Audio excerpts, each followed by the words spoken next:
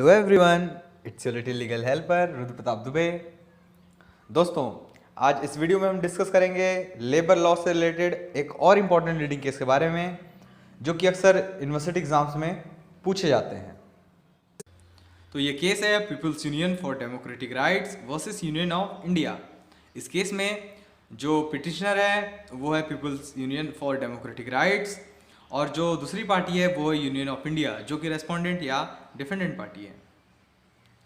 ये जो केस है ये बेस्ड है एक पब्लिक इंटरेस्ट लिटिगेशन पे, पीआईएल पे, जो कि सब्जेक्टेड है bonded labour system abolition act 1967 पे, जिसे हिंदी में कहा जाता है बंधुआ मजदूर तथा निवारण अधिनियम 1976। तो आइए देखते हैं इस केस के फैक्ट्स क्या हैं। तो in this case people's union for democratic rights is an institution which has through a letter informed the Supreme Court that the fundamental rights and legal rights of the workers engaged in the scheme of Asiad Games are infringed upon. इस मामले में people's union for democratic rights नामक एक संस्था ने एक पत्र द्वारा सुप्रीम कोर्ट को यह सूचित किया कि एशियाड खेल योजना में काम करने वाले जो श्रमिक हैं उनके मूल अधिकार और विधिक अधिकार का उल्लंघन किया जा रहा है, और the contract is giving wages to workers by deducting ₹1 as a commission at the time of payment of ₹7 to women and ₹8 to men workers. जो श्रमिक हैं उनको दिए जाने वाली जो मजदूरी है उसमें से ठेकेदार द्वारा ₹1 कमीशन काट करके महिलाओं को ₹7 और पुरुषों को ₹8 प्रतिदिन के हिसाब से मजदूरी दी जा रही है। The institution also stated that in this scheme the workers are being made to work as a bonded labor and they are not being paid even a minimum wages. संस्था ने यह भी कहा कि इस योजना में मजदूरों से बंधुआ मजदूरों की तरह काम किया जा रहा है, करवाया जा रहा है, और उन्हें जो मजदूरी दी जा रही है वो एकदम न्यूनतम मजदूरी दी जा रही है, या ये कहा जा सकता है कि न्यूनतम मजदूरी भी प्रदान नहीं की जा रही है।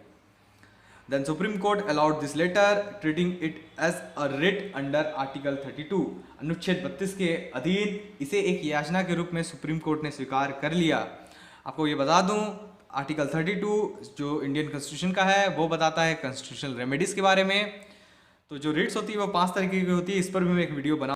इसके बाद सुप्रीम कोर्ट ने हियरिंग करते हुए ये कहा कि the labour class of this country whatsoever sector they belong, they can directly और through an organisation gives an application. They need not to follow the procedural rules of the court, and this is the utmost duty of the court to issue directions to the authorities concerned to check the inhuman treatment being done with the workers, so that different labor laws are fully well applied and their exploitations be ended. न्यायालय ने सुनवाई करते हुए ये कहा कि जो देश के श्रमिक वर्ग हैं वो चाहे जिस क्षेत्र से भी हों, सीधे या किसी संगठन के माध्यम से आवेदन दे सकते हैं। उन्हें न्यायालय के प्रक्रियात्मक नियमों का पालन करना आवश्यक नहीं है, और न्यायालय का यह परम कर्तव्य बनता है कि वह श्रमिकों के साथ हो रहे अवमाननीय व्यवहारों को रोकने के लिए संबंधित प्राधिकारियों को समुचित निर्देश दे, ताकि विभिन्न जो विधियों को भली भांति लागू किया जा सके।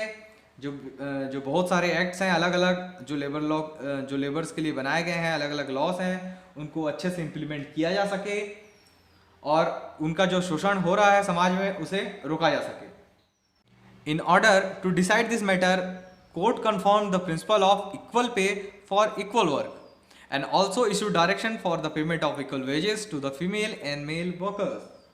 इस मामले का विनिश्चय करते हुए न्यायालय ने समान कार्य के समान वेतन के सिद्धांत की पुष्टि की और एशियाड कार्य में लगे पुरुषों और महिलाओं दोनों को समान मजदूरी देने का भी निर्देश दिया.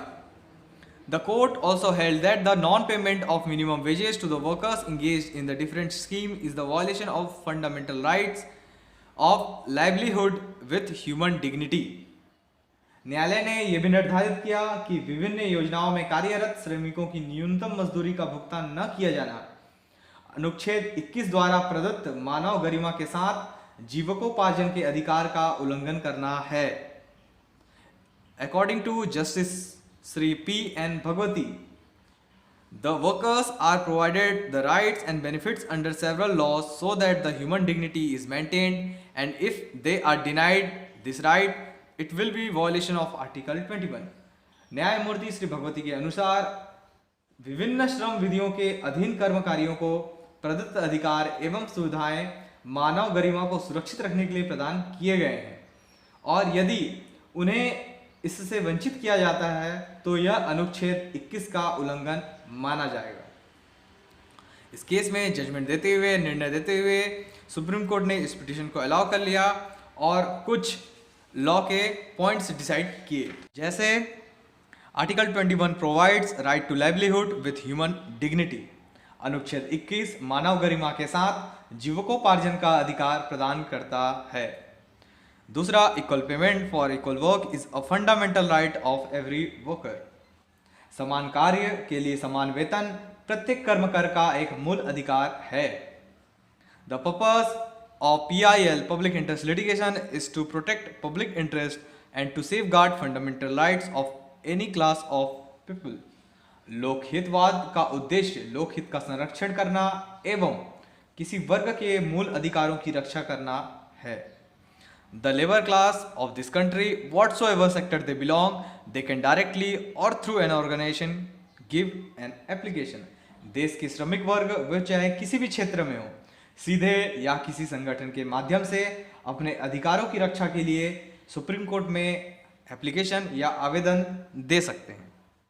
आई होप गाइस आपको ये वीडियो पसंद आया होगा और ये आसान सा केस समझ में भी आया होगा। अगर आपको ये वीडियो पसंद आया तो इस वीडियो को लाइक ज़रूर कीजिए और इस चैनल को सब्सक्राइब भी ज़रूर कीजिए।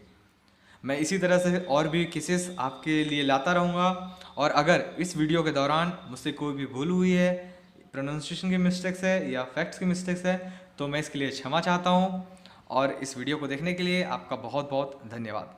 Thank you.